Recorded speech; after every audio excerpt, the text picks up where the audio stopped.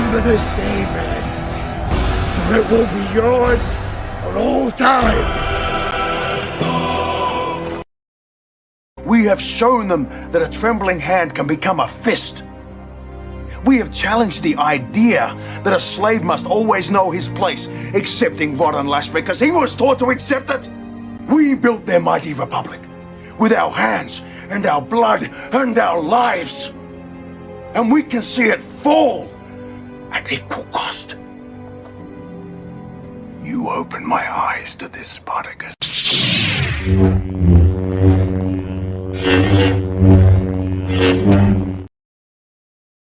You haven't seen that narcissist in a while and you think that they're finally gone, but you're not sure and you want to know whether or not they're coming back?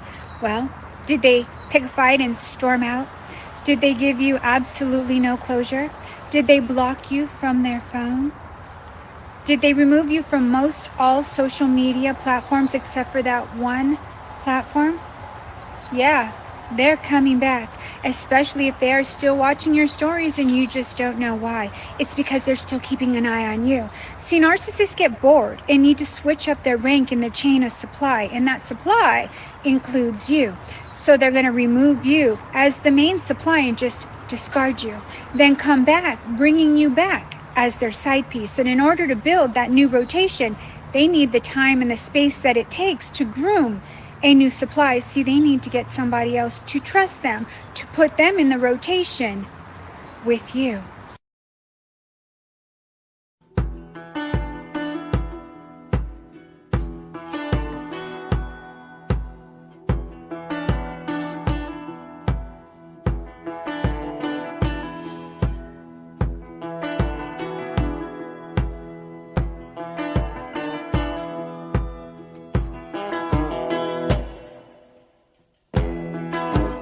Listen to the wind blow, watch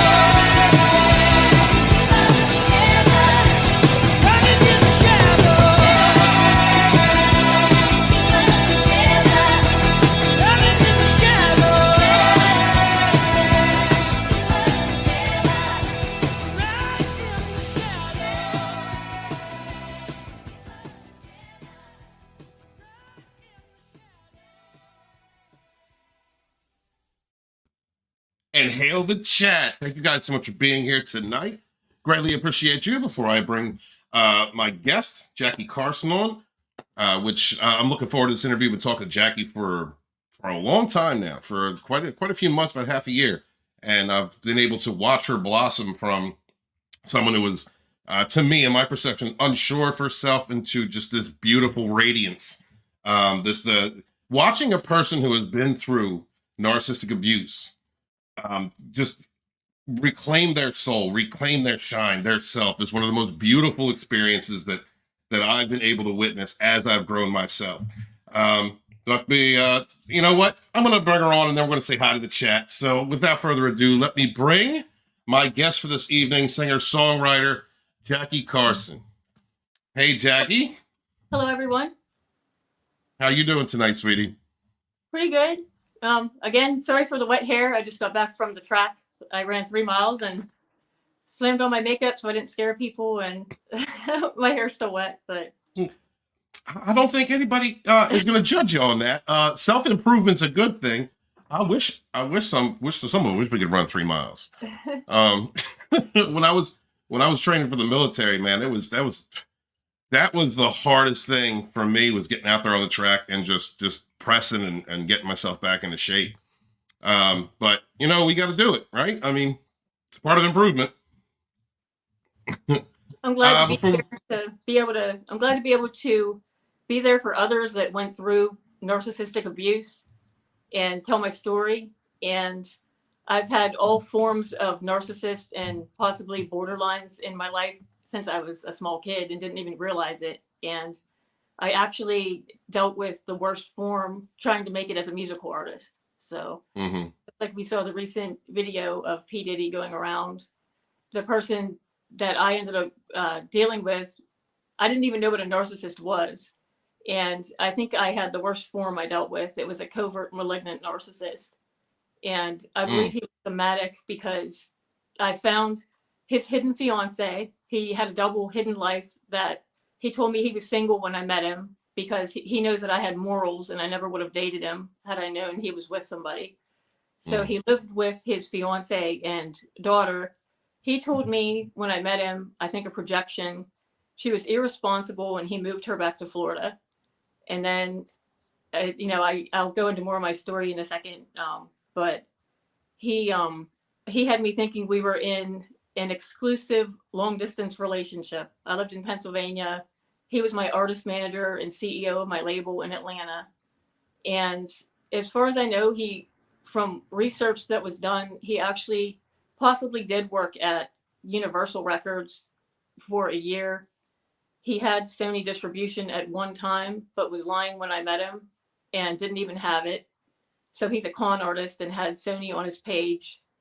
And also supposedly was a vice president of another major music label. So me and other females, usually artists, are empathic or empaths. And I feel like we were prey to him. And I think he kind of ran his record label like a cult, in my opinion. Yeah, you mentioned what's going on with P. Diddy and how we're discovering how he uses leverage. I mean, that resonates with you? You went through a similar situation with your Narc X. Yeah, I saw footage of him and I immediately thought of him as soon as I saw the footage. Like it reminded me so much of him. They have such an ego and feel so entitled to women in the industry. I guess I'll tell my story. When I first met him, I actually was married for around 20 years and, still love my husband. I had kids with him. We're separated now. But, and also one other thing, and I mentioned this to you before, I'm not going to tag this to my page. And you know why? Because I did get cyber stalked by my ex, and I wouldn't put it past him to have fake accounts and still cyber stalk or monitor my pages. I do see Atlanta View Me on LinkedIn now and then, and he literally majorly cyber stalked my LinkedIn. I know for a fact, in late 2022, early 2023, and I actually shared a new guy I was dating about later in the year in 2022, after I escaped, another narcissist that I was talking to had a hidden wife. Luckily, I caught him sooner.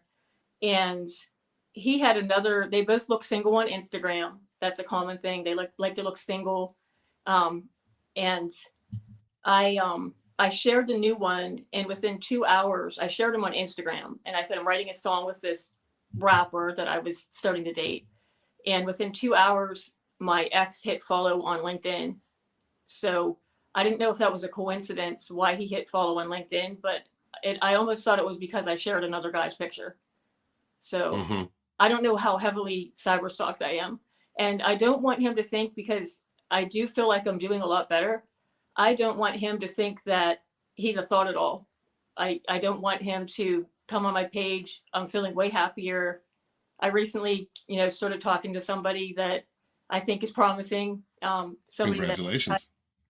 tied to the major leagues, and I'm a baseball family, so it's exciting. But I started talking to this person. He was signed by the Houston Astros, and he's a major league scout. So I've been talking to him, which is exciting, getting to know him. And I just, I just want to stay happy. Things are getting way better than they were. It was probably the worst time of my life whenever I was with that guy. So.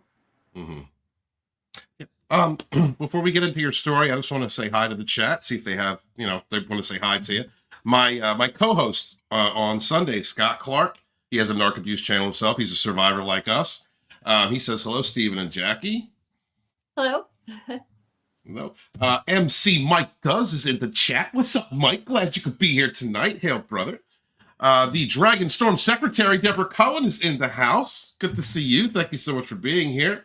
Illuminating Manuscripts is with us. And they say namaste. Thank you very much, sister. Namaste.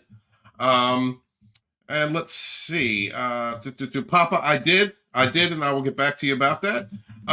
What's up, Eamon? How you doing? Thank you for being here. Appreciate you guys. If you could share out this link, hit the like button or dislike, and any questions that you have for Jackie, we're going to save those toward the end. But first, I just want to ask Jackie, how were you leading up to meeting NarcX? Like, how did you meet him, and how did you fall in with his con? Well, I was having problems. I was married near 20 years, and my spouse was actually diagnosed with mood disorder. And I do feel that it's a correct diagnosis. I don't think badly of him in any way, that he has nobody can help they have a disorder. Bipolar 1 is a hard condition to deal with as well. I think it's right up close to the cluster Bs. They can be abusive.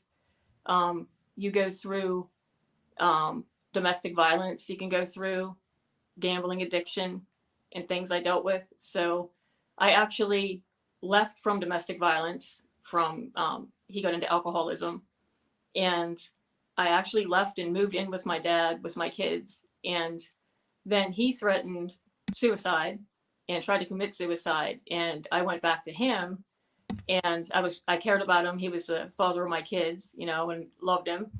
So the deal was I would go back. He was going to go to treatment and get diagnosed, and they diagnosed him with mood disorder.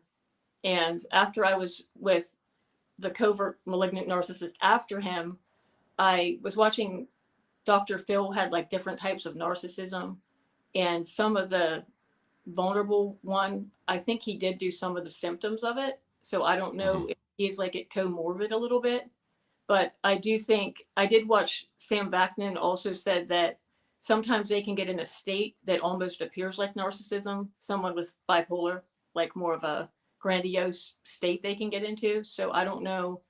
I'm not a doctor to diagnose my husband in that way, but I mean, we're separated now. We're actually getting a divorce. It's sad. We have 2 sons together. And so I went back, and just like Lee Hammock says, he said, I'll go to counseling for you, to say you take me back or whatever.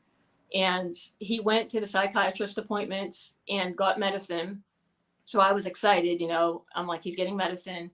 He never would get the cognitive therapy. He refused after I was back a few months. So he kind of broke what he promised with that. And then his pill counts weren't coming out right, and he was still blowing up. And then when I finally left a year later, he told my kids, I never took my medicine. I threw it away every day. So he didn't, Wow. with his disorder, just like Lee Hammock says, if it's any type of cluster B, if it's like bipolar or any of those conditions, if they don't want the help on their own, like Lee says, if they say, you know, I'm going to go to counseling for you or whatever, they do it so you'll take them back, or a manipulation.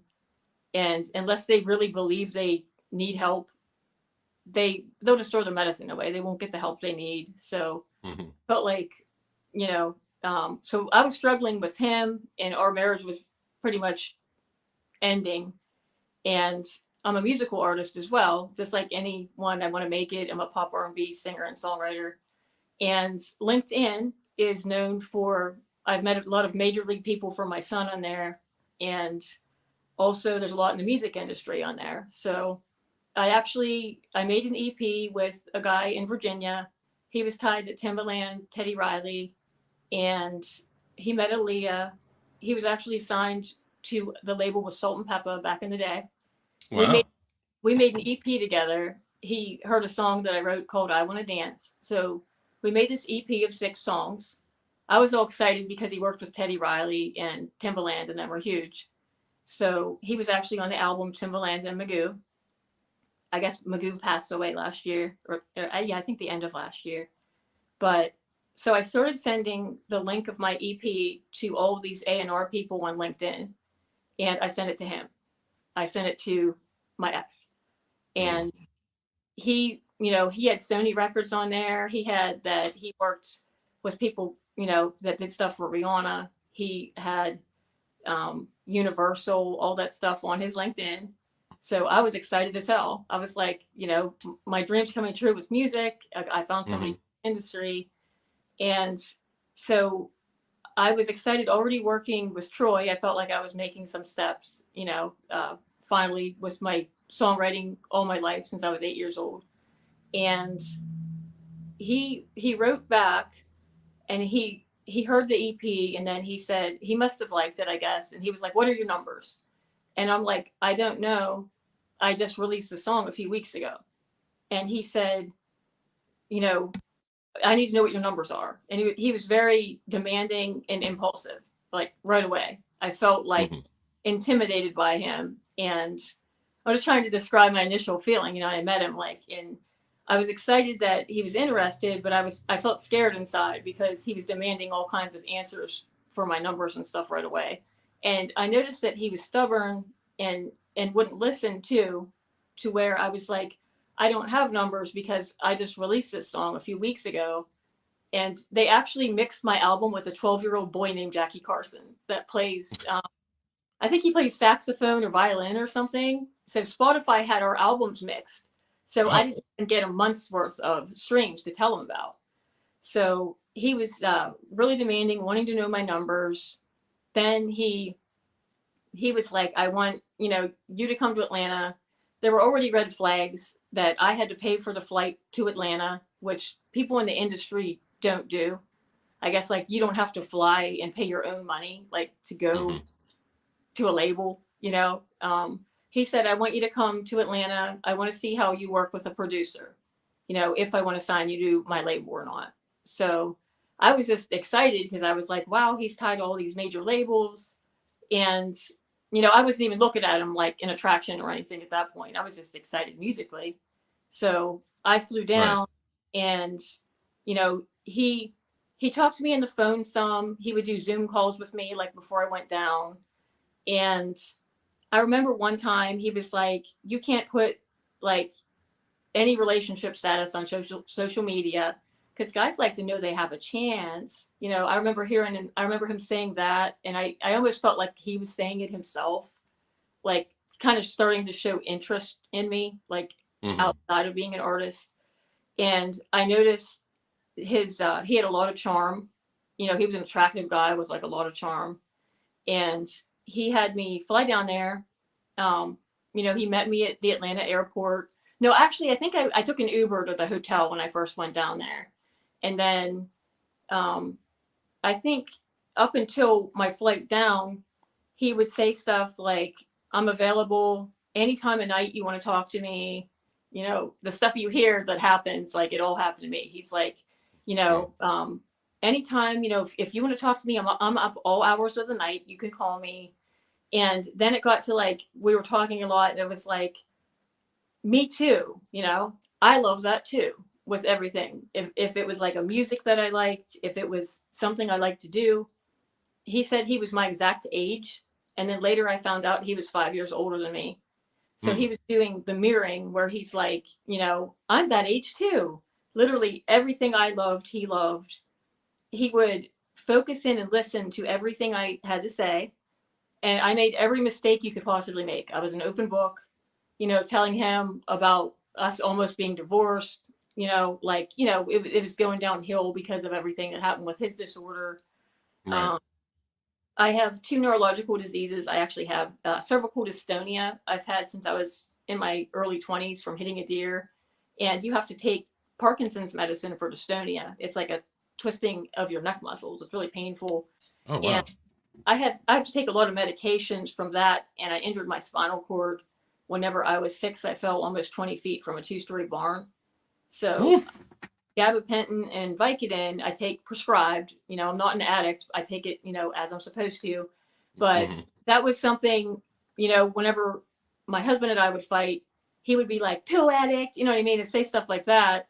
So one thing, Right. you know, I remember telling the narcissist, I was like, you know, he'll say this and he knows I'm not. He's doing this when we're fighting. I told him, like, vulnerabilities like that, they were used later. The narcissist, pill addict, you know, same thing. Like he'd say it later to me, like when we would fight. I remember he did say we're twin flames, that he thought he was I'm like an empath too. You know, he told me he was an empath. He told me he was a counselor for youth. Isn't that scary? But he said he actually helped counsel youth and was there for them. And, you know, the empath thing, I remembered all of this. My family's very intuitive too. So he said stuff like that, I think, so I trust him.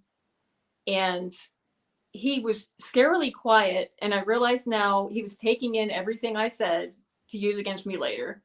Because I do think that he has, I honestly, from research, from all the symptoms I saw over that year, I think he's the full dark triad, whatever they say, or I'm not sure how you pronounce that, but The dark triad, it's Machiavellianism.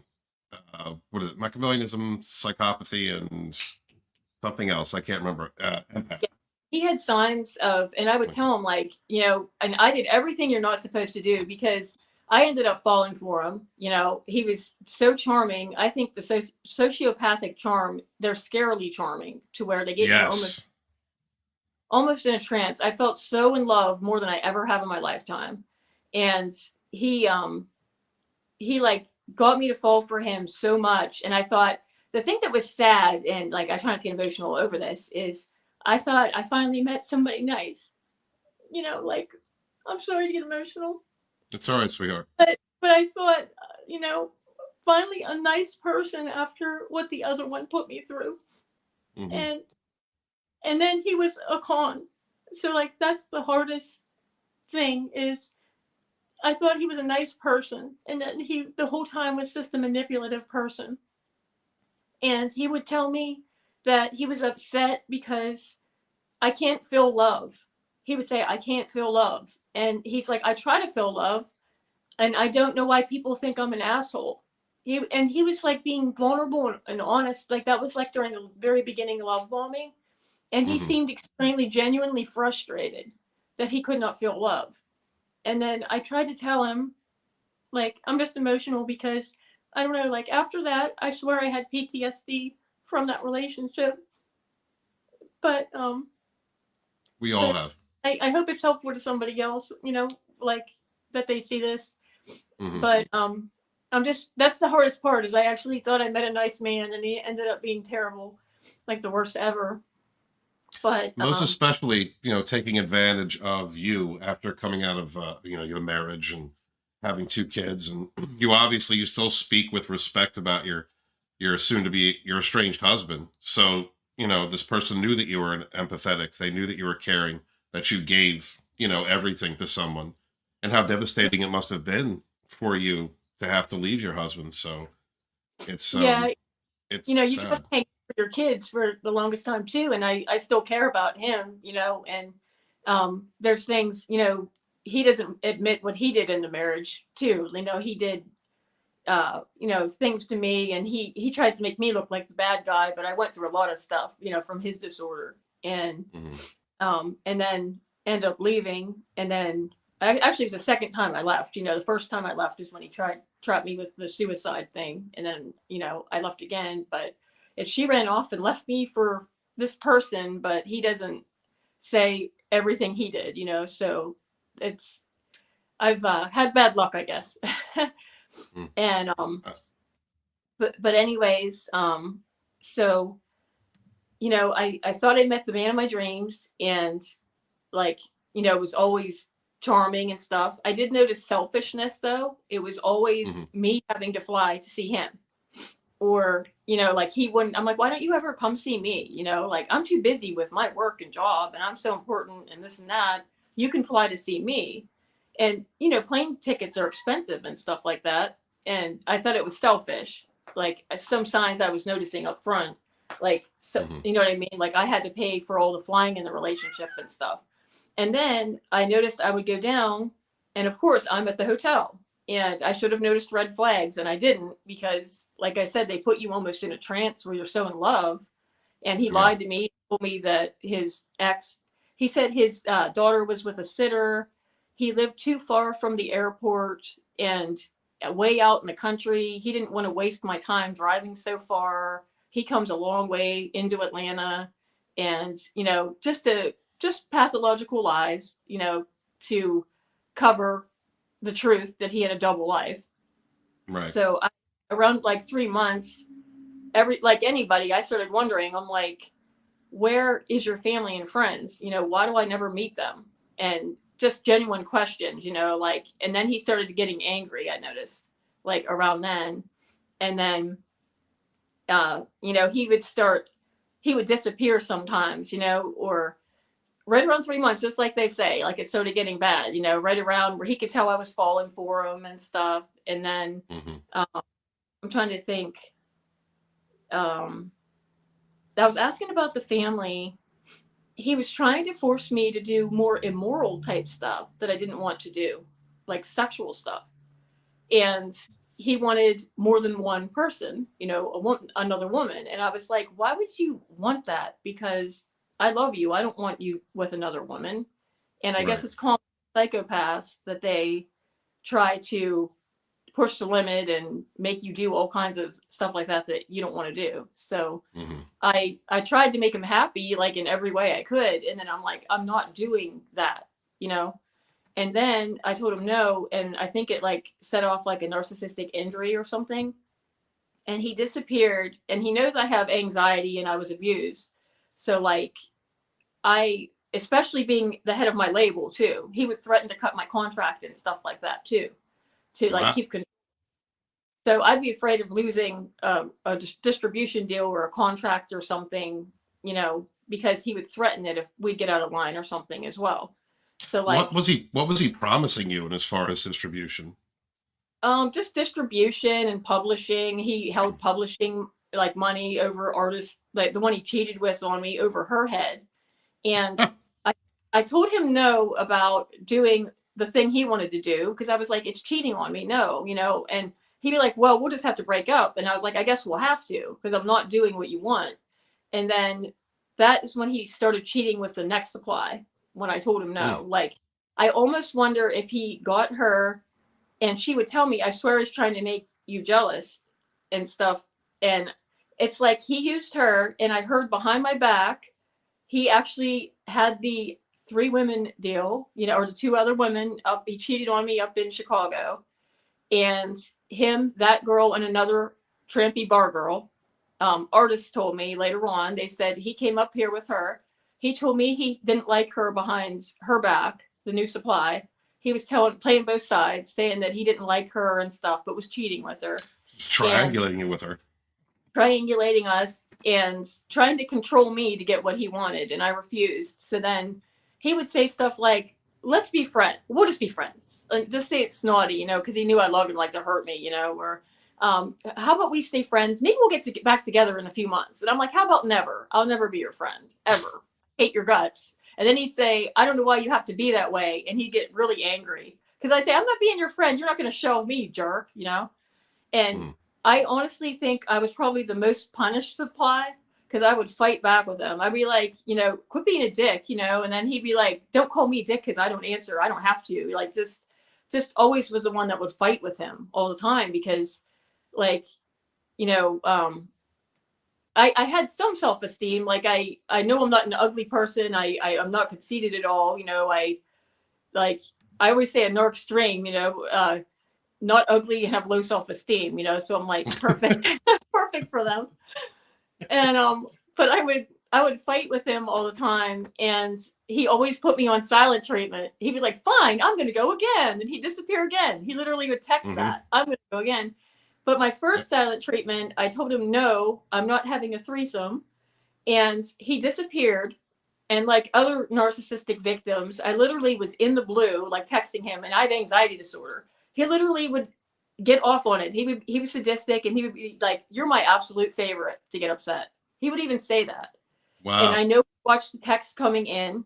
I know they study them for a fact. And I want to share that with women and men on here because of something I tried, because I can be manipulative back to them, you know, like, and, so he writes the next morning at 3 months, GM, and I have these texts still. It said, learned your lesson yet? So that was my first silent treatment. Good morning. Learned your lesson yet? So he deliberately went to bed, me all upset. That was like so malignant in the morning, you know? Yeah. And then, so I decided when he would always ignore my texts, little did I know, and just like you know this, they collect your text messages, they'll collect your emails, and they'll let them pile up to be accumulate, God knows, hundreds from how many times you ghost stuff. Then they will use that when you try to warn the next person for their safety, not because you want them, but because you're concerned about, you know, I found out about the hidden supply, and I knew he showed me text messages trying to triangulate me. I think they were hookers in Atlanta. They were talking about his dick. So you know that they were, you know, prostitutes or something. That's the first one I got. And we were dating, like, in Love Bomb, and he showed me this text that it sounded like prostitutes. And I'm like, why are you showing me this? Like, why are you talking to these women when we're like dating? And he goes, oh, I told him I was talking to you. And I'm like, they sound like prostitutes. Like, who are you talking to? So that was my first triangulation, was like text, but it's no fiance. So that woman is, like they say, either she's so naive, she's probably 17 years younger. And like, I think she just turned 30. She's so naive, and he's cheating on her with everybody. God knows, probably the whole city of Atlanta, Chicago, I told him, you know, the community dick, I say. And he literally, she has no idea. Like, she could get herpes or an STD or something from him because he's cheating with everybody. And she has a daughter. And after, you know, I escaped, I actually think, I'm not positive, but I almost wonder if he was like trying to see who his next primary was, you know, like to replace her is what I think. And then I escaped, and my family have money and stuff, and he knew that. And I think that's one of the reasons that he was maybe eyeing me for primary. You know, I'm not sure, but I'm glad that I got out, you know, that I realized what he was. And so he would like always give me silent treatment. But one thing that I tested, that for people to know, a lot of times, like different things I've read online, one thing was they don't even read your text messages. So I tested that. And I said, okay. I acted like I gave in on purpose just to test him. And I was like, okay, I'll do your, you know, threesome. Where do you want to have it? And I didn't mean it, you know. And I was like, and like finger snap like this, that fast. Can we have it in Chicago? That's what he wrote. See what I mean? Yeah. How people, they read them. Text, they're sitting there getting hard reading your text coming in. Yes, they are. Yes, they are. They it, and he was sitting there, you know, getting off on it, and he was into really violent sex, you know, I just into it, like, you know, I don't know if, like they say, like almost like I always sensed that his things he would say, it was like his mom abused him. He would say, my mom did that to me. You know, his mom knocked him out with a cast iron skillet when he was 12. and he told me. He said his Mhm. mom hit his dad in the head with a skillet every day because his dad cheated on her all the time. So I there's mean, cheating, the father, and the mom sounded abusive as hell. So the then I type that heard, you're, I've run oh, into sorry. I've run into narcissists, the type that you're describing, and they usually have mommy issues, and that's why they like that violent sex, and that's why they treat women the way they do, because they're enacting the hatred they have for their mother out on women. Yeah, they do. And I literally felt scared. I felt like I was just like a killer before, like when I was intimate with him. Like it got that scary with him. Like the look on Wow. his face, he almost looked now I watched that show Psychopath on ID Network, and I see those people on there and I'm like, that's him. Like literally, ID Network, like Investigation Discovery. He gets that duper's delight when he would hurt me. I got on the plane, he was sitting with the new supply and he got that grin on his face as I went and sat in the back sitting with her to hurt me. Towards the end, I was always saying I want us to go to Puerto Rico. So I stay off his social media and, just so he knows if he does even see this, because you never know. I don't go on his socials. Like they say narcissist. I know that he will expect me to, so I won't. I'm really stubborn. I'm like, I'm not going to go on his social media. I don't care. Because Right. what's the sense? I'm never going to go back with the guy. So I like viewed it one time, and it was a while after he tried to get me fired because I reached out. I found out who the new supply was, and that he lied to me and was engaged the whole time. I had musical artists tell me, he's engaged, right? And I was like, no, I did not. And also, I do believe the new supply knew he was engaged, knew about me even possibly. And she didn't care. She was so selfish, wanting to move up in the industry, that she still cheated with him. So I think she actually was part narcissist. Like I've heard Cluster B Milkshake say, like if they know of that they're in a relationship and they still cheat, they're a narc. And I swear this girl was so Narcs self-centered. love being in relationships with each other. Yeah. She was one that did the threesome, and she goes, I'll do whatever I got to take your place. She literally looked at me high on drugs. She was a total drug addict. She said, I will do a threesome if it gets me signed over you, and she literally told me that. And so she only cared about herself. She was sleeping with other guys when she was dating him. After it was getting rubbed in my face, I could tell they were together, but lying to me. So she didn't really care about him either. Like I actually did, because I'm an empath and stuff. Like I actually love the guy. And I do believe the fiance that has no clue that he's a serial cheater and pathological liar and thief and everything else. I feel bad for the girl. She doesn't realize it. But the one after me definitely knew. She's some kind of borderline or narcissist or something. And she was on purpose. And she even tried to add me last month on TikTok. And I'm like, you freaking cheated with my boyfriend. And you knew I was dating him behind my back, It sounds like a narcopath. Yeah, she helped write my song. It was a love song for him. He put her on it as my writer that he was cheating with. So I have a love song I wrote for him, my song On My Mind, that she ended up working on. I paid her up front. Like I paid everybody that worked on the song up front. They got paid as agreed. So she's like, you don't give me any credit for that song. I'm thinking, you cheated with my boyfriend. What do you want me to say? Like, you tried to steal my spot, too, because she said, I'm going to take your spot. And I thought, can I say this trampy woman that tried to steal my spot helped work on my song? Because I said, I can say that if you want,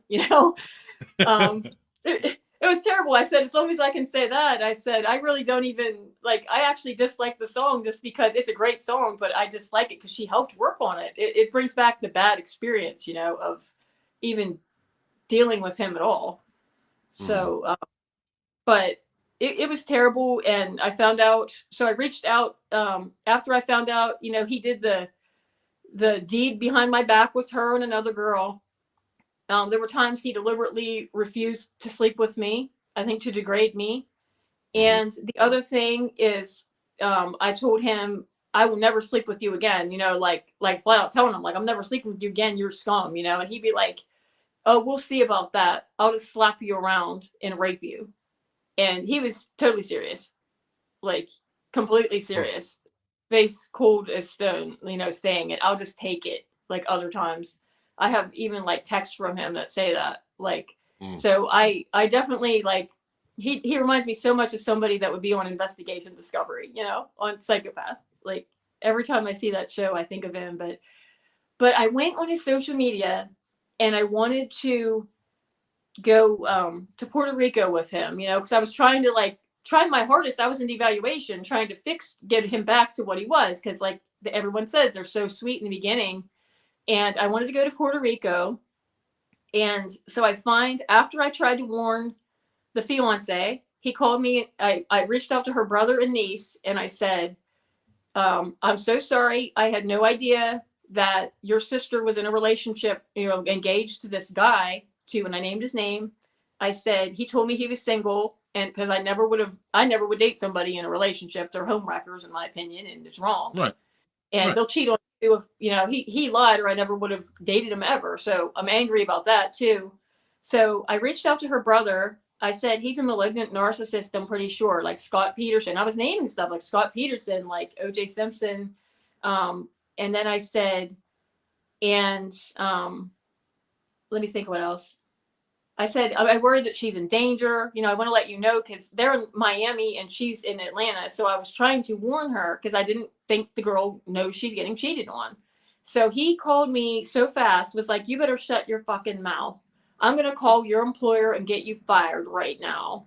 Like, call my employer, try to get me fired and cause problems at my work. Like, see how little they care about you. And I honestly think the main reason is he doesn't want to abandon completely and be alone. He probably doesn't want to pay child support, and probably shares the house and stuff. So I'm sure that there'll be division of assets and whatever else, you know. So it's probably, and I also think she's his image, you know, like he makes him look like a normal family guy. Like I do believe they do that as well. So hiding like what he's really like behind the scenes. So, so anyways, they believed him. They ended up blocking me. He said, go away, crazy lying stalker. I'm crushed, because I loved him at one time. So I got told, she gave me all these emails and texts, so many, won't leave me alone. And that's what he did. He saved him up the whole entire time to use against me. And I was just crushed. And like, I'm doing so much better now though. Like, you know, that was 2022 and now it's 2024. So just now I'm starting to feel like I'm ready to date and stuff. It's been like 2 years, you know, since the mess. And then another one after him. And the triangulation was terrible, because he would pit us against each other. You know, he'd be, you know, cheating with the new supply and still talking to me, like they said. And then I think HD Tutor had were the two secondaries, like trying to make us almost fight over him. If I would have known what triangulation was, what he was doing, I would have said, you can have him, bye. And I would have left. I didn't know what he was or what he was doing to me. And then after he got his threesome up in Chicago, he hoovered me. The next weekend, there was a huge fight up there. She said to those artists, he conned $250,000 out of a rap group up in Chicago. He for consulting. They paid him that. That's what a good con he is. So then he also stole their jewelry and is wearing it in a picture. And then the new supply, after he had his fun with her and the bar girl, the next morning she must have came down and said, I got my publishing money he promised me because I had a threesome or something like that. So naive, you know, like to get used. He didn't even have Sony, so there was no publishing money. So he lied. So that didn't even exist, because Sony Records called me. They said he does not have Sony. They said he did with a few labels back. So he's lying. So he lied about Sony. Of course. He got what he wanted. They got in some huge fight, because then the twins heard, the twin girls that were rappers that got conned out of all that money. They go, what do you mean you're getting given publishing money? We had to pay $250,000 for him. So then they were angry, and he lost his cash cows, and he got angry at the new supply. It's kind of funny. He got angry at the new supply and tried to hit her, I guess, is what they said. I got called in the middle of the night after that fight. And he said, did Lily call you or the twins? And I was like, no, why? Because I was sleeping. The new supply texted those twins and said, I'm going to warn Jackie's father, because my dad's a millionaire. And I think his plan, I think that he was hoping to get money off of me, because I'm supposed to inherit money. And she said, I'm going to tell her dad about you. And he thought, oh no, you know, like that's my chance that if I make her my primary someday, I'll be wealthy from her. You know what I mean? So I think that had something to do with it. And so then he tried to hoover me. It's kind of another funny story. A week later, he called. He said, "What bag do you want?" And he mailed me a coat in the mail, just a pretty pink fur coat. He said, "What kind of bag do you want? Christian Dior or Dior?" See, I'm not even into, like, I've never been into classic stuff, but he wanted like to get me like fancy bags and stuff. I'll buy you this stuff. Trying to hoover me back because she left because they got in some fight, up there after the publishing and he and stuff. So this is great. After we broke up, he goes, "Google it. It's $2,500, this bag I'm sending you, and I'll get you another one and stuff." So I was like, "Oh, I'm getting him back. It's so sweet." I didn't know he cheated on me a week before, behind my back and all this other stuff, and had a hidden fiance and everything. So after the breakup, I went to sell it on eBay because I didn't want anything from him, like a memory, and they flagged it as counterfeit. So it was a counterfeit. So it was $2,500. And then, this is great. So then his bank account all of a sudden was frozen. It was Christmas time, 2021. And he said, "My bank account's frozen. My one partner from Universal's upset because somebody stole 100-some thousand from our label. I know who it is internally, and I'm going to go talk to them. But I really need money and stuff." So I loaned him a couple thousand at Christmas time. Never got it back. He stole it. I tried to be nice, like always. And I think he got those bags to butter me up to borrow money, to not pay it back. They always say there's something attached, and there is. The other thing he never would have is, other than like when he would pay, like at first, like for a fancy restaurant when he was love bombing me, later he never had his credit card on him either. Everybody, either he's the cheapest in the world or the most in debt. And I think it's the most in debt because he would tell me, "Do you have like $800 I can borrow? I have a Rolex payment for my watch payment." I'm like, "You have a watch payment?" And I noticed, like, just from studying his home and stuff, he lives way out of his means. Like a house, like I was like reading about it. I'm not trying to sound like stalking, but I was pretty angry after getting robbed thousands of dollars, and stuff like that. And he had a Porsche, Rolexes, was wearing jewelry that he stole from artists, conning thousands from artists. His house was like a mansion size, and it's just him, and his fiance, and they're like nobodies. So it's like he's living way outside of his means for show, for image. And I'm thinking, you can afford, like, first off, why would you waste money and have payments on a watch? So he lives just like to keep up with the Jones or for show. He must be majorly in debt. That's what I think. And like never having his card on him, he literally would always charge my credit card if we went somewhere. He stole money last time we went up to the last time I recorded in Chicago. He'd say, "I'll get you a Sony deal." And I was so naive. It's like, "Trust me with your card. I get a deal on the rooms." Remember, he doesn't have Sony, so he was lying. He would take my credit card, pay for his room and mine, like different rooms even, because like I go up like with the label.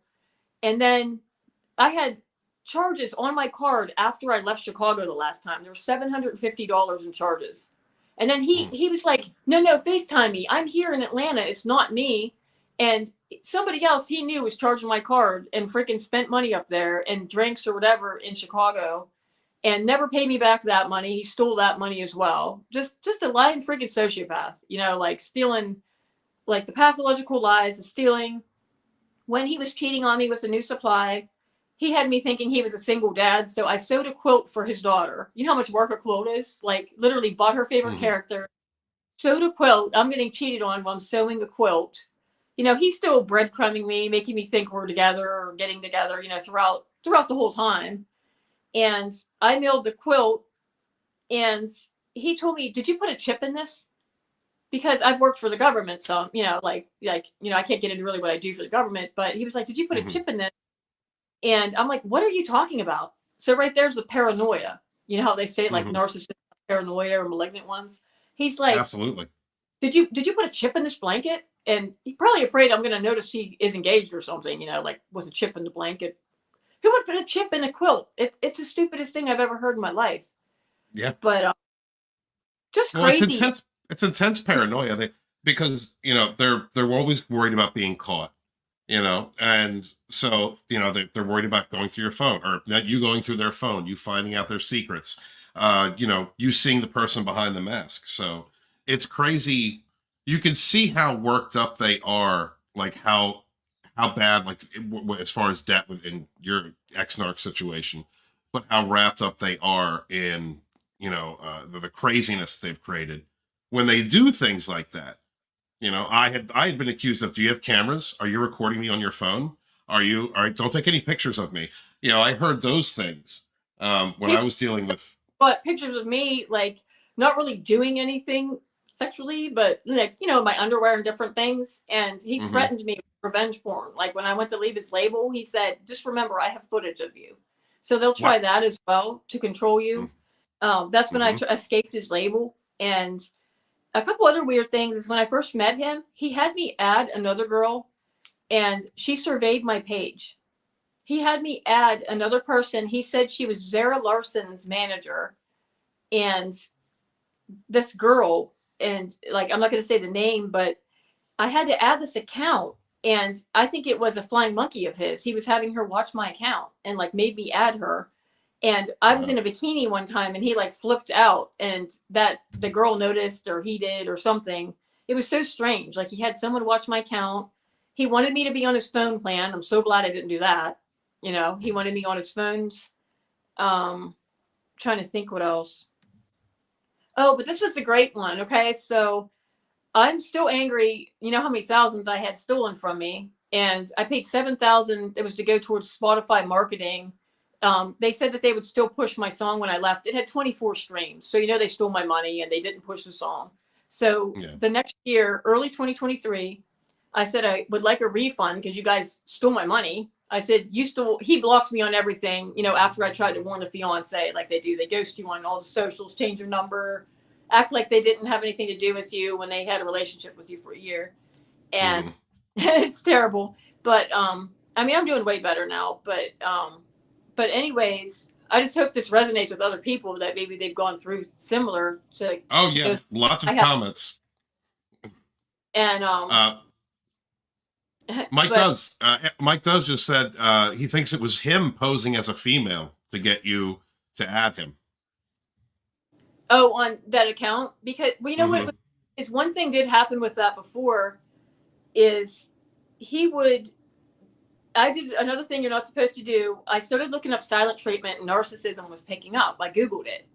And I was like, oh my God, he has symptoms of this borderline. He has symptoms of narcissism. He has symptoms of this dark triad, everything.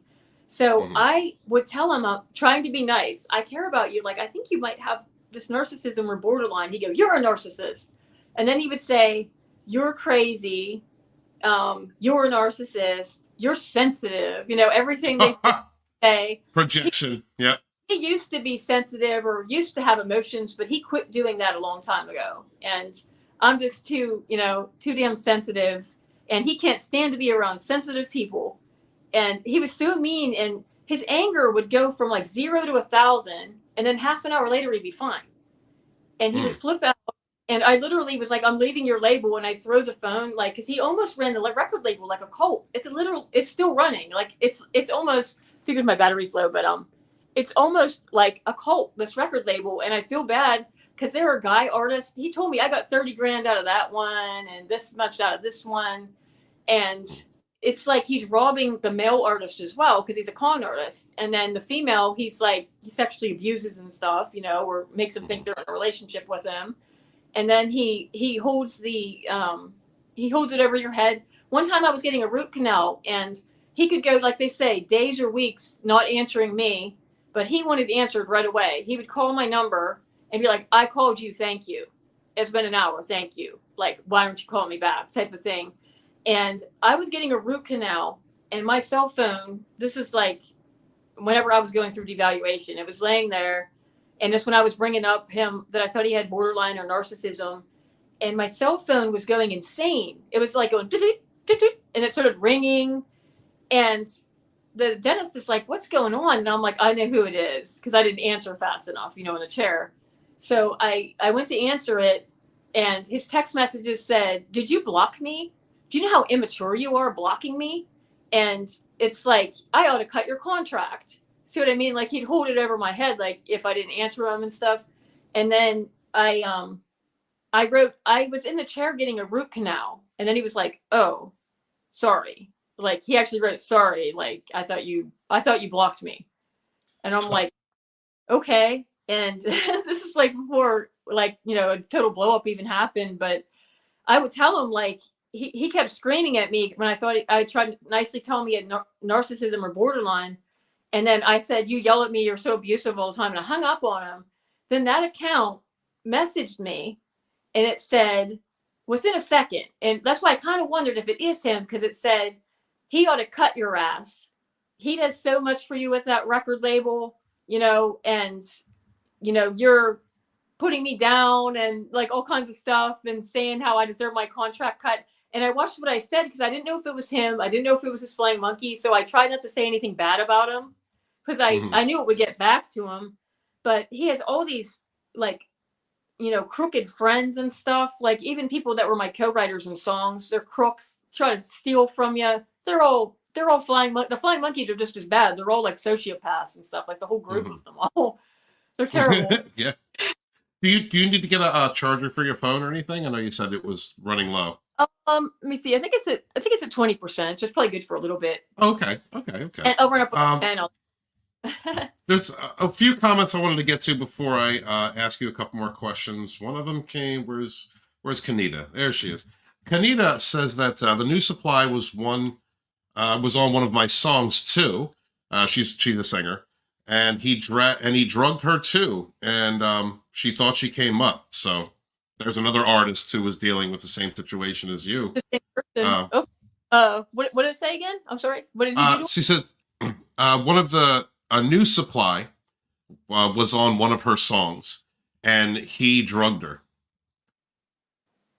I possibly was roofied by him as well. I woke up in the hotel room before and didn't even know how I got there. And I swear he had bottles of tequila he would bring with him.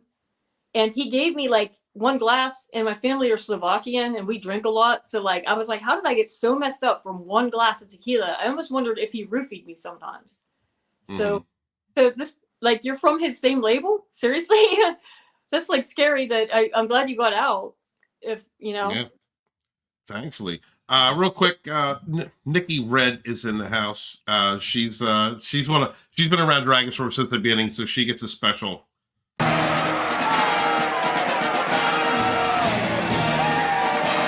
That's like, wow, I can't believe that somebody else had the same dealing with him. I imagine that he has many victims. That's really scary. That I hope that other people are safe. Oh yeah, the other wonderful thing about him, I got in a fight wanting to get money back because he stole $7,000 of my Spotify money. They stole other money. And he said to me, he wouldn't answer. I was blocked on everything because he's a coward. And when he rips off artists or whenever he, you know, assaults women or whatever, he blocks us all. So we can't get, you know, answers. We can't get our money back. It's not even that you want him. It's like you want your money back or stuff like that as well. Because like you're pissed off. Like not only did the guy break your heart, but he stole from you as well. So yeah. I said to the woman that helped steal my money for digital marketing, I said, can you please ask where this money I loaned him went, this money he charged on my card, this money that you guys stole together, and please tell him that he's a fucking loser, is what I said, to get back to him. I said, because he blocked me like a coward, you know, after I was a good person and he robbed me and everything, and then said I was a liar and everything. So right around then, I noticed these obsessive views on my LinkedIn, and they were coming from Atlanta metropolitan area, like 30 or more times a day. That was just LinkedIn alone. So like I kept seeing these views, and I realized, because every now and then, you know, it's not that I don't want him, you know, at all, believe me. And now and then I'm like, I wonder if he's signed any other artist that he's going to con or rip off, you know, and you can't tell the artist, because if I warn somebody like a guy in Chicago that this one rapper loves him, if I try to say, hey, he stole 30 grand from you, that guy is going to run to him and say, hey, she's talking about you, you know, and then he's just going to say, oh, she's a lying, crazy stalker. Yeah, she's absolutely. That's what he does. Yeah. So, and they've run this routine so many times. They're so used to people that they've conned, people that they've destroyed. you know, they know what to do. They know how to deflect any responsibility. I can't save anybody. Like, I tried to save his hidden fiance because I cared about her. I was like, she's with a sociopath. She's alone. I don't want him. And then he was like, called me a crazy lying stalker. And then they believed him. So I'm like, I couldn't even save the girl, like even trying to. So then I saw these obsessive views on my LinkedIn though. After I told him he was a fucking loser, probably 6 weeks later. And I Googled him later that year. I realized he got married April 8th. My birthday's April 13th. So you tell me that's coincidence, you know? Mm. I swear Now, to God, it's deliberate.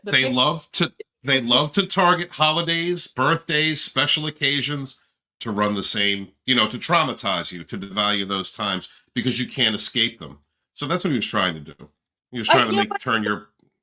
Yep. We dated the same type of person. I'm telling you, Jack. It was a gift, right? I should have said, hell, you got the day wrong. You know, you should have got married the 13th. That would have been a birthday present. It's like, I'm rid of you. Like, it's sad is I really loved and cared about that. I thought he was a good person. He was a terrible person. Just, you know, he was such a good liar. He's robbing me behind my back. He was cheating. I think there were a few other supplies. I don't think there was just a new girl because one girl told me when I got sick and went up to my room one time, he had another girl come to go to his room and then he denied it. And I'm like, literally, I think he had probably 10 other supplies. Those narcissistic sociopaths have primaries, secondaries, tertiaries, and emergency backups. Oh, I think that it was every prostitute in town. And I told him he slept with the whole city of Chicago and the whole city of Atlanta. And then he sounded like he got quiet, like almost like mad at me. And I'm like, it's true. You're like the community dick. Like literally everybody. It's at the point where like, I think women get gross with guys, men or women like that. You don't even want to touch them. You're like, ew, you know? That's how I am with my ex. The same thing, man. Just community. You know, she used it like an ATM. That's how she suckered people in. But then she caught gonorrhea, so she can't do that anymore. Minnie Nemi says, with a narc, there was never a relationship. Nor a past relationship, or if it's all a fake one. Yep. They needed to love bomb the prey in order for them to be able to start the cycle of abuse, period. Yep. It's so sad. And I'm sorry that all of you that are listening went through it. I went through the worst. The only good thing I would say that came out of it is I noticed a few things. When I was researching triangulation, what he did to me with the other artists, the one that I said I think was a narc too, though. Because she knew, you know, you don't cheat when someone's in a relationship. You know, you tell them no, and no. Right. I never would have touched him, but that made me angry. But I was researching triangulation, and I saw a golden child, scapegoat child come up, and I was a scapegoat child. So that made me realize what a narcissist was. I possibly was a narcissist or a borderline's daughter. And my mom was actually, sadly, she passed away in March, and she had CTE, she had battle, and she had a lot of good stuff about her. You know, she's a good mom in a lot of ways, but she definitely had a little bit of cluster B in her. And I was a scapegoat, and my sister was a golden child, and then I had a brother. And I know it made me never feel wanted, low self-esteem. And like I was telling you earlier, my first boyfriend in high school, in junior high, I actually think he was a narcissist. He broke me and every boy up after him in high school. Was really good looking, got any girl he wanted, jumped girl to girl. He ended up overdosing a couple years ago, but he was like my first one I got, I think, trauma bonded to in high school, you know, off and on. And then, you know, always loved the validation I gave him. So he tried to break me and others up. Then my husband, you know, and ended up, you know, still love him, you know, care about him. And he's a lot of good about him. You know, I don't want to talk bad about him, but was with him near 20 years. And I see some narcissistic traits, like they say. And I think it's also important to heal. I didn't heal when I jumped right with who I thought was a good person, and he wasn't at all. Right. So it's definitely true. Like if you're an abused kid, like a scapegoat, you end up settling for narcissist. I was the same way. My narcissistic parent taught me love bombed evaluation, you know, and made me appreciate the wrong type of love. And I got abandonment issues and codependency. And so I understand exactly what you mean. How has your healing been? Like your introspect and looking at yourself? How's your healing journey been like? I think it's doing a lot better. I think that it almost was a kind of a wake up call, like from him. The other thing I told you that was that I noticed earlier was my husband was married 4 years before me, and she was a covert narcissist or borderline because she did mirroring, and so I was the new wife, and my husband's ex-wife was the narcissist, like the one that I dated, because she did mirroring.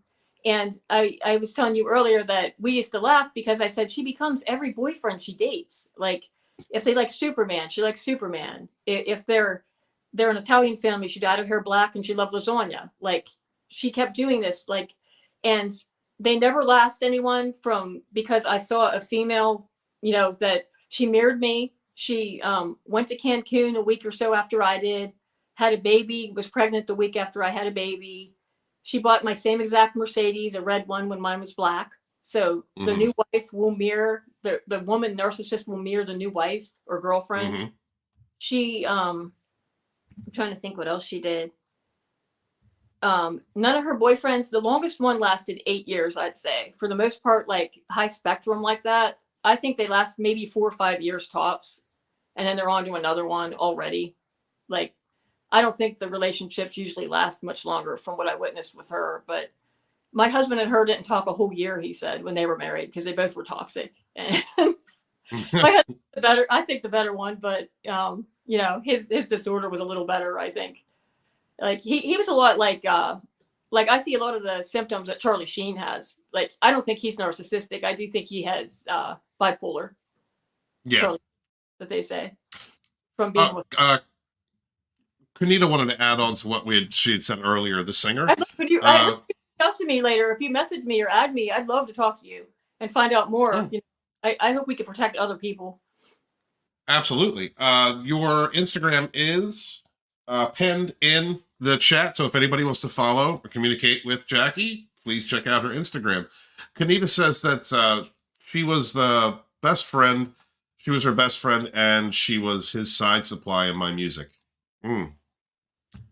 So triangulation in the music industry.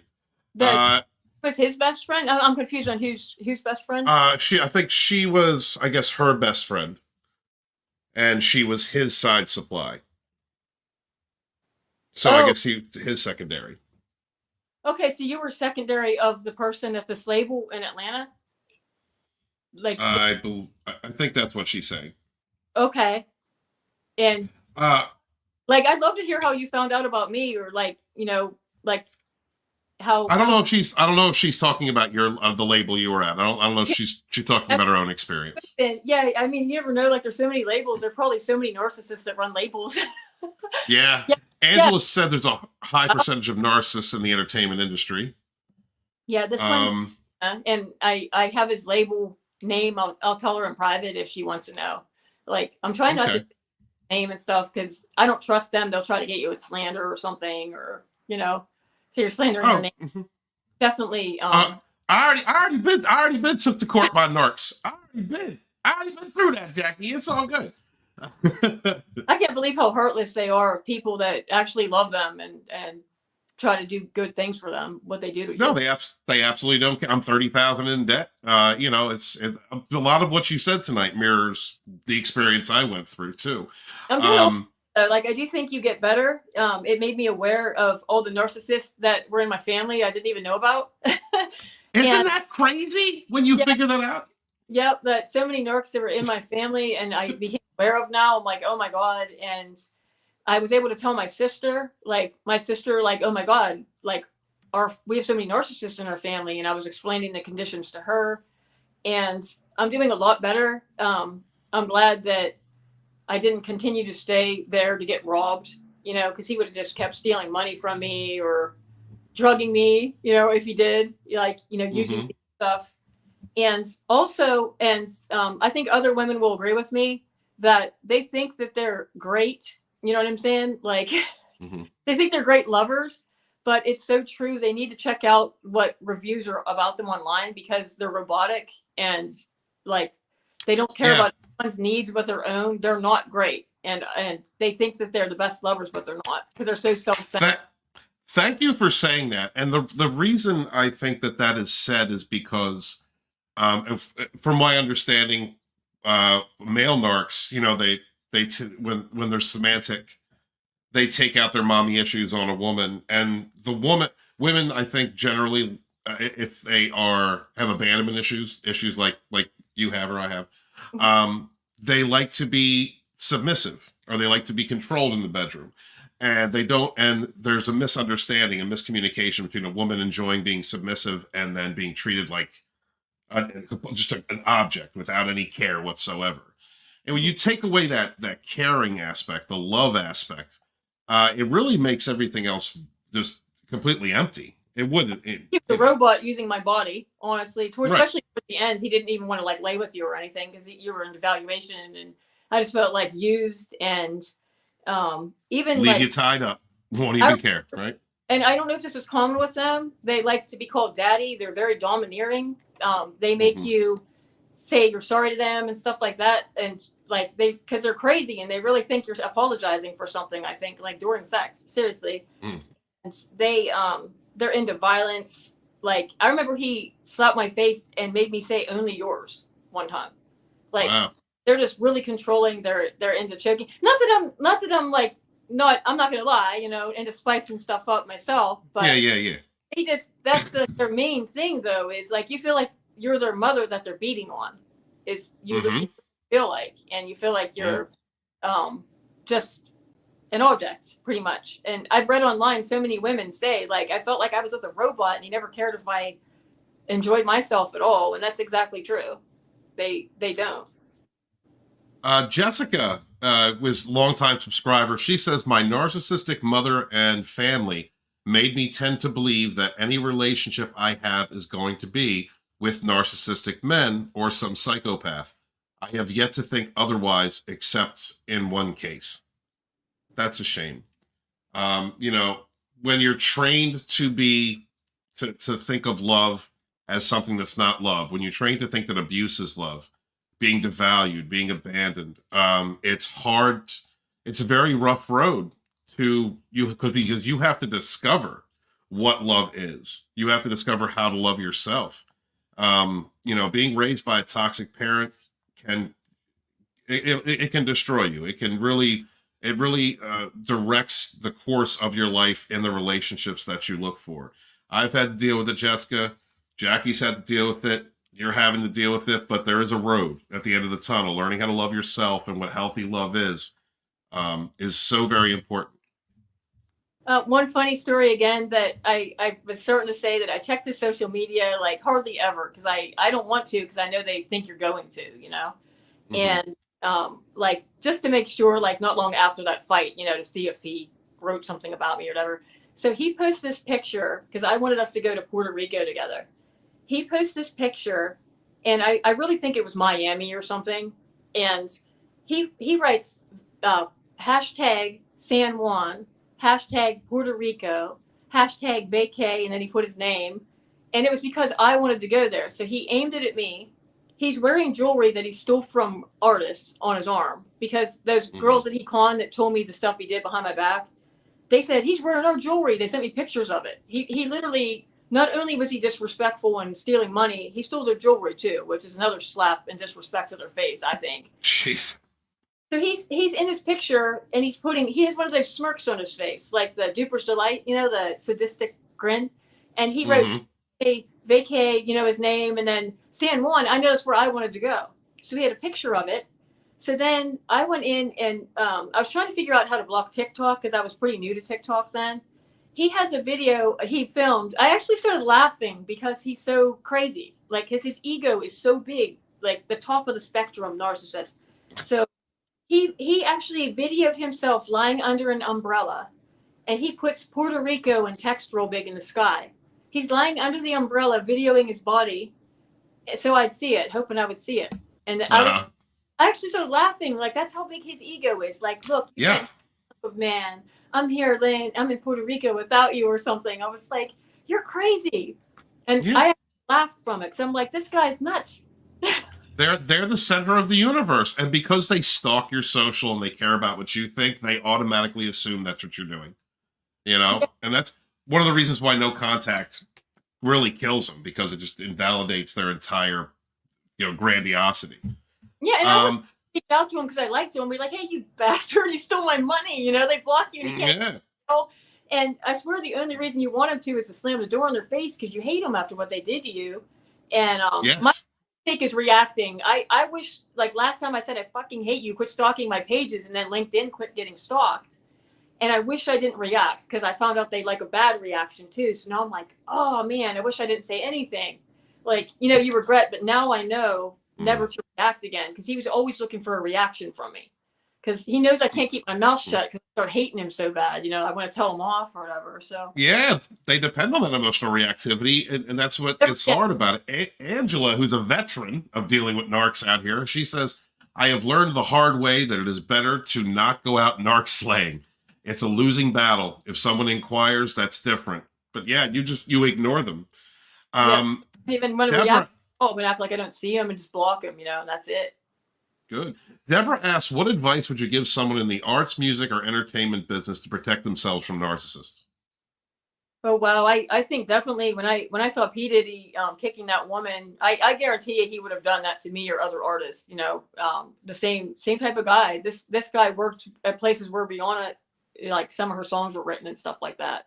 Like I'm pretty sure. And it's scary because there are a lot of narcissists that run record labels, like especially independent record labels, because they love that power and control, and they love the empathic artists that come to them. They know they can hold the label over your head. I would say research. One thing that would be the most important, especially with ones that are cons. I actually contacted Sony Records. I reached out on LinkedIn. I emailed a bunch of them on Sony. Sony's highest attorney, his name was Wade Leake. He actually called me and he said, who is this guy that did all this stuff to you?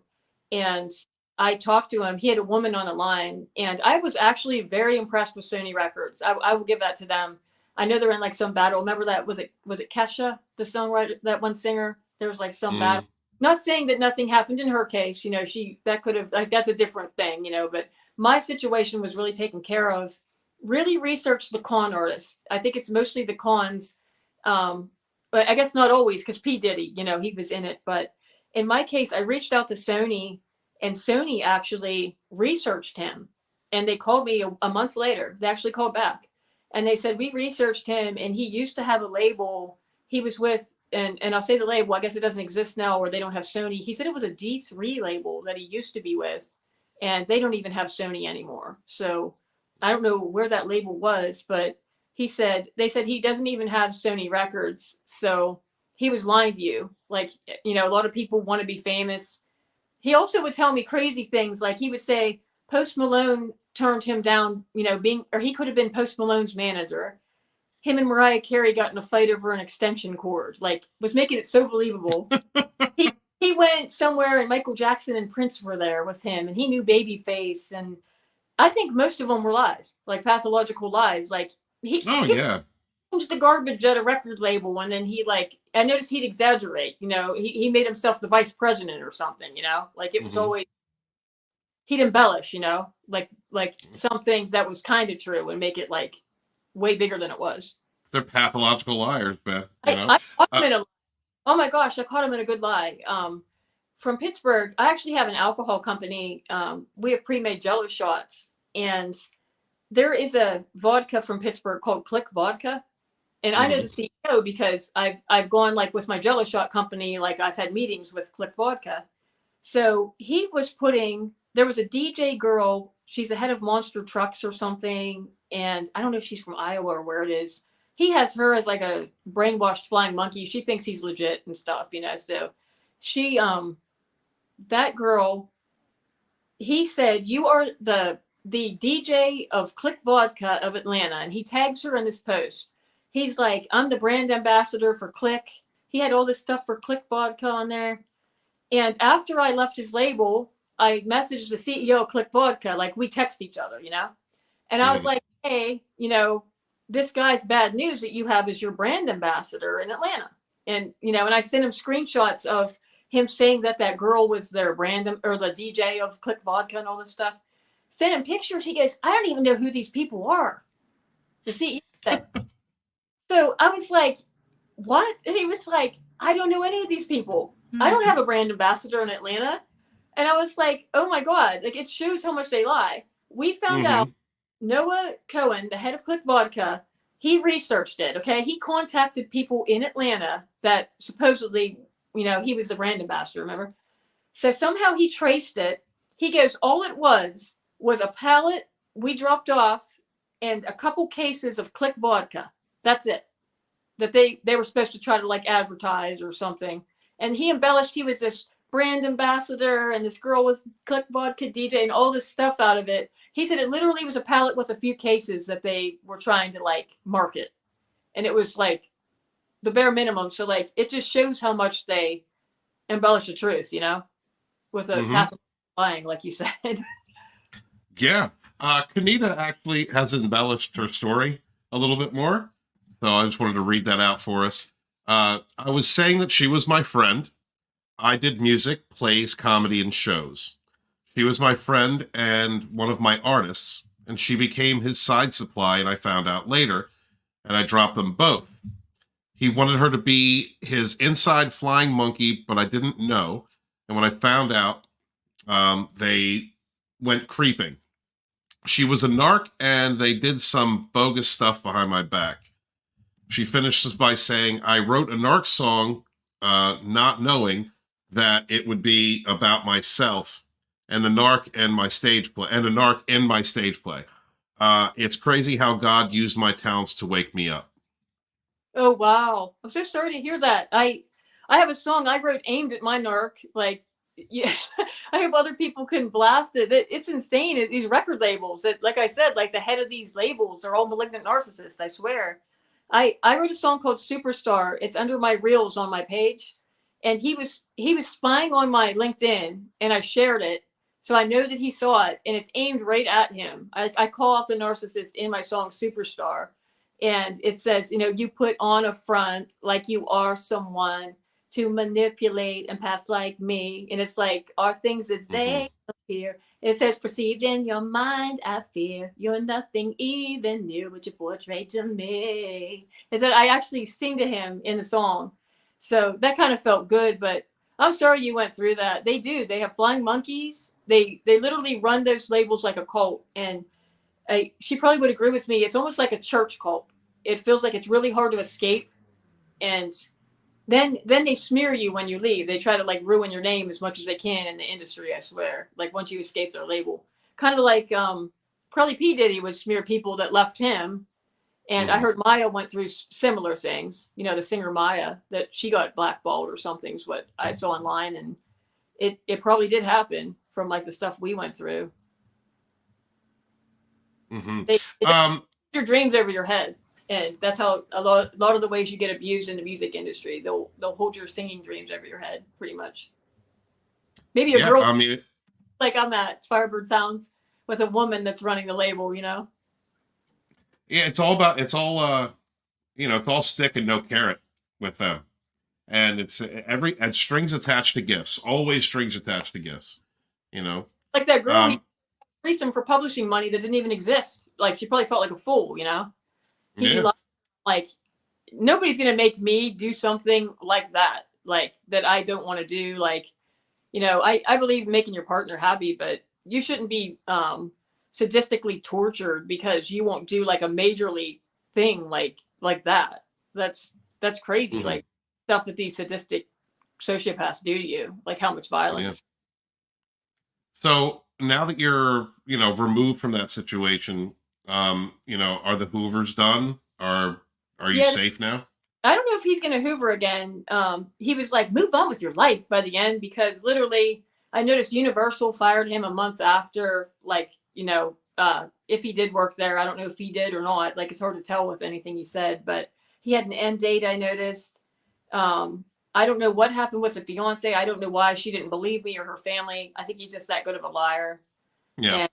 And, it wasn't that I wanted him, you know, like that's what I think. It's like, look, she stalks me. And it's like, no, I'm mad because like you stole from me and stuff. It has nothing to do with it. It's it's what you did to me. I mean, I was hurt, definitely, because like I actually fell in love and he didn't love me at all. So, but I'm way past that now.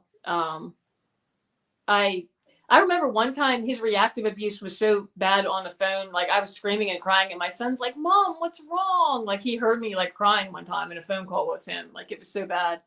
He made me react. He kept picking at me one time and just trying to like say stuff to upset me. I remember flipping out on the phone and screamed at him and he went, wow. He made a noise like that. He was like, wow. And literally like almost sounded like he got off because he made me react and scream and flip out on the phone. I don't know if God knows I probably got recorded or something, but he literally like sadistically sounded like he got pleasure when I flipped out. It was sick.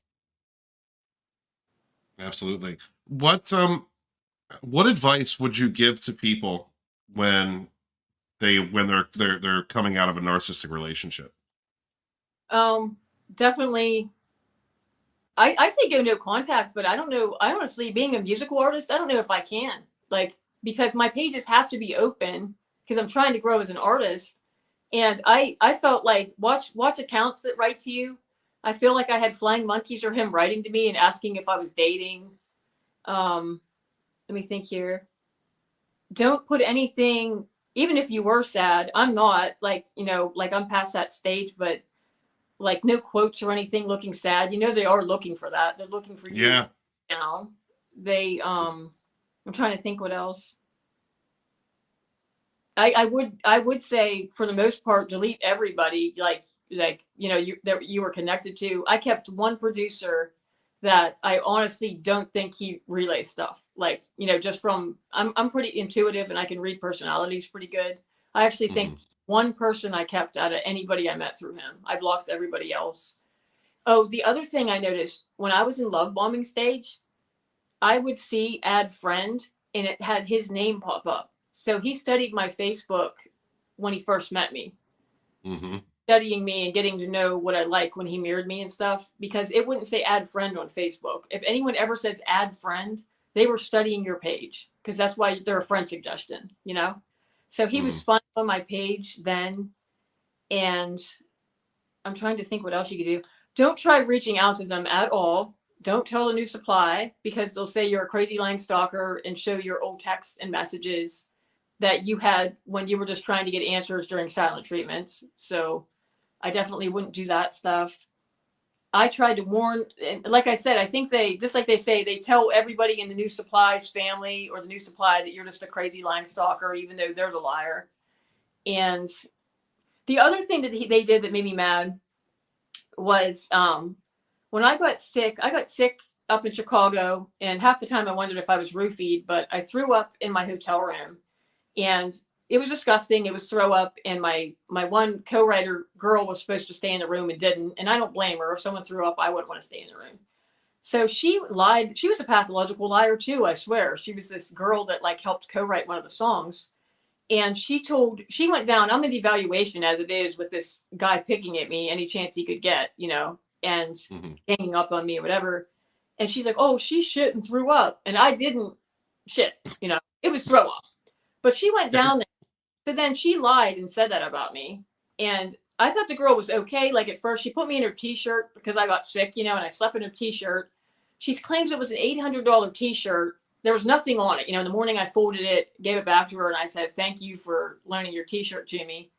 And she lied and told him there was all kinds of throw up all over my t-shirt and I want money and this and that. So she was trying to con money out of me, this friend or, person at his label.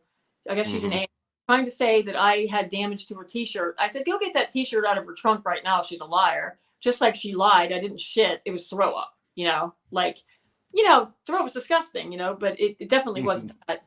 Well, whenever I called and got in that fight, whenever I said, you stole my money, and he was a fucking loser because he wouldn't return it and tried to marry the new supply or the fiance 6 weeks later, he tried to marry her on my birthday because I did.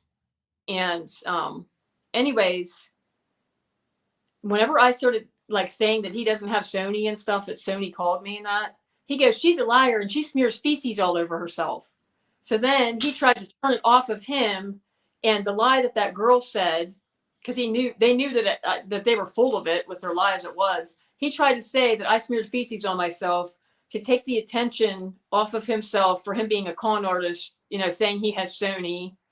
And then he was like, look, she sent me all these emails. She won't leave me alone. And meanwhile, those emails were me ticked off because he robbed me and stuff, you know, trying to get my money or whatever, like trying to make it sound like I'm obsessed with him. I said, you know what? The hell with you guys. I blocked them. I'm like, don't ever come in my life again. Like, please don't ever hoover. Don't come near me. They're so selfish. They only care about their own image. And sadly, this new supply, someday he'll probably leave her after he makes her majorly in debt or something. You know, he'll do something to this girl that I tried to save. I mean, well, it's a continual rotation. It's over and over again. You know. Yep. Eventually, you know, he'll find somebody else and ditch her, and that's it. All I can say is that I tried to warn the family, and they wouldn't listen. You know, I couldn't do anything else, like to try to help the girl. So, and it's, you know, it's sad. And then imagine if she finds out, if the reason that's that close, if you pick April 8th to get married after I tell you off, and my birthday is April 13th, which I think was deliberate. You know, I can't prove it, but I'm pretty sure. Imagine when that girl finds that out someday. He's probably sadistically waiting, you know, to say when they get in a fight, you know, like, oh, guess what? I married you on, you know, the girl I did cheat with her, and I tried to marry you on her birthday, you know, or something. Like, he's gonna horrify them. I mean, but if that's but only if you're involved. That's more poignant if, you know, he hoovers you back in. You know? Yeah. So by ignoring him, you probably cut that right off. Yeah. You know? So good for you. I wonder if women in his area run from him, like, oh God, the narc's around, you know. Probably got a like, string of them. Coming out of town because we don't know what he is, you know. So Jackie, what's the future for you? What are you doing? What are you working on right now? I'm working on a couple new songs. I was fortunate. My song Superstar that was aimed at him, you know. All I can say is I am thinking about him rarely at all, which is great. You know, at first, I've watched a lot of the narcissism videos online and learned a lot, so that's helped a lot. But I'm finally feeling a lot better. I might have a deal. My Jello Shot company might have a deal with a Fortune 500 retailer, CEO of one. And I don't know if I'm allowed to go public about it, but he's on the Forbes list and stuff, the guy. So that was good news. I have the song Superstar has a featured artist, The Rift, and it was kind of cool. He was signed to Rostrum Records with Mac Miller and Wiz Khalifa. So I got a pretty good artist he just opened for Lil Wayne, and he opened for, I'm trying to think what one of the other ones. I know Lil Wayne he opened for twice now. So that was kind of cool. You know, like he was in Superstar, and, you know, he was there for me a lot, that artist. Nice guy. And I have a new song coming out with a rapper, Hollywood Swervo. He's a really talented rapper up in Minneapolis. But May 24th is my son's birthday. I have that coming out. I have a bunch of material I wrote from what I went through. It gave me a lot of material. But, like, I don't know. That's one of the only good things out of the abuse I went through. It gives you a lot of songwriting material. So I wrote a lot of great songs that are going to be coming out. I recently...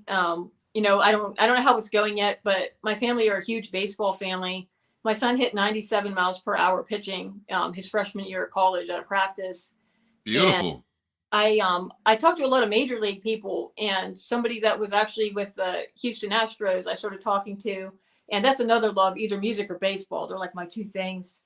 And I started talking to this person. We'll see how it goes, you know, at the beginning, but he's a scout for the major leagues too. So it's kind of cool, you know? Nice.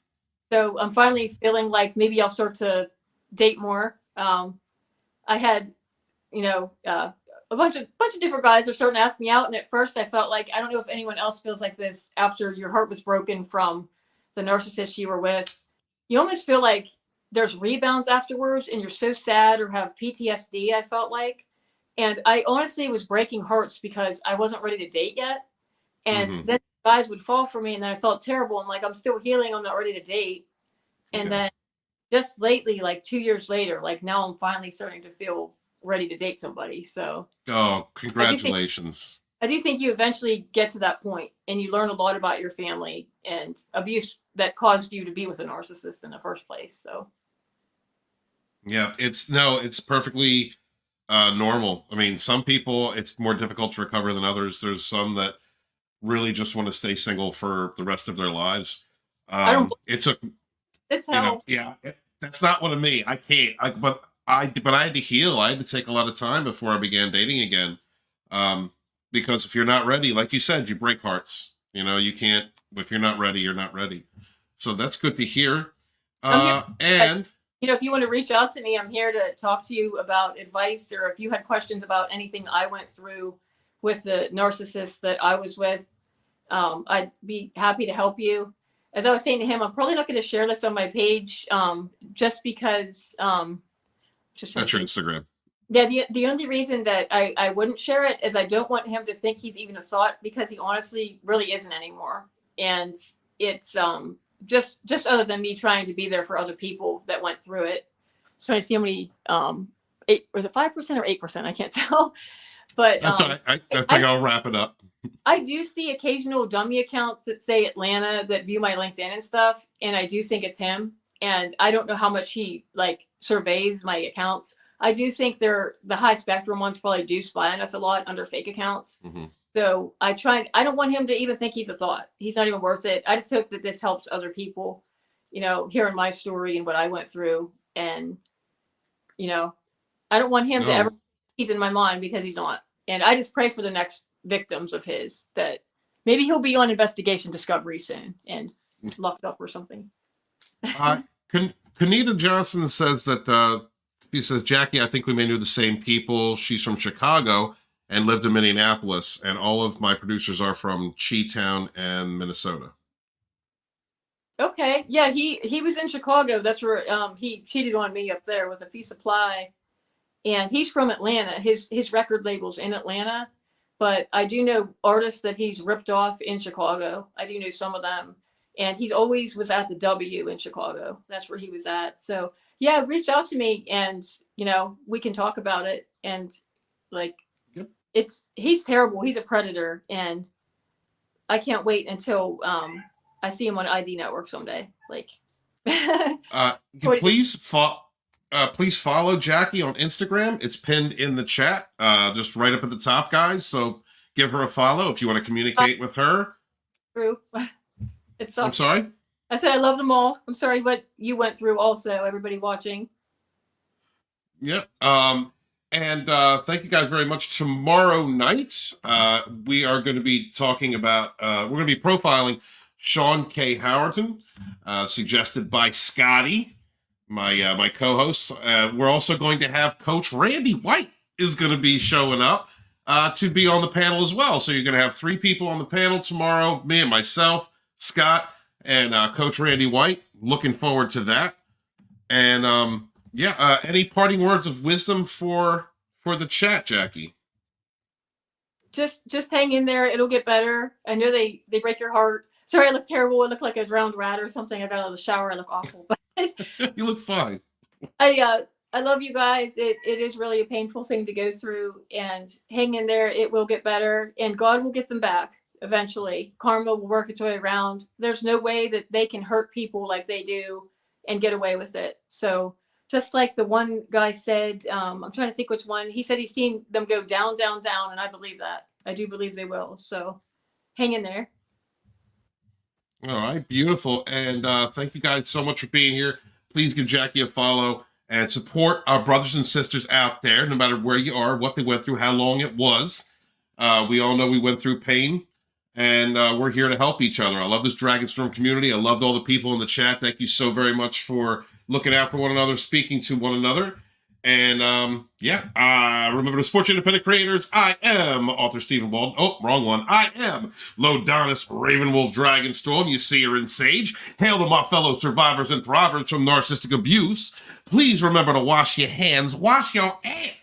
Be good to each other, yet suffer no fools.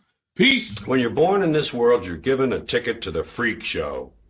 And when you're born in America, you're given a front row seat. Seriously, wash your hands.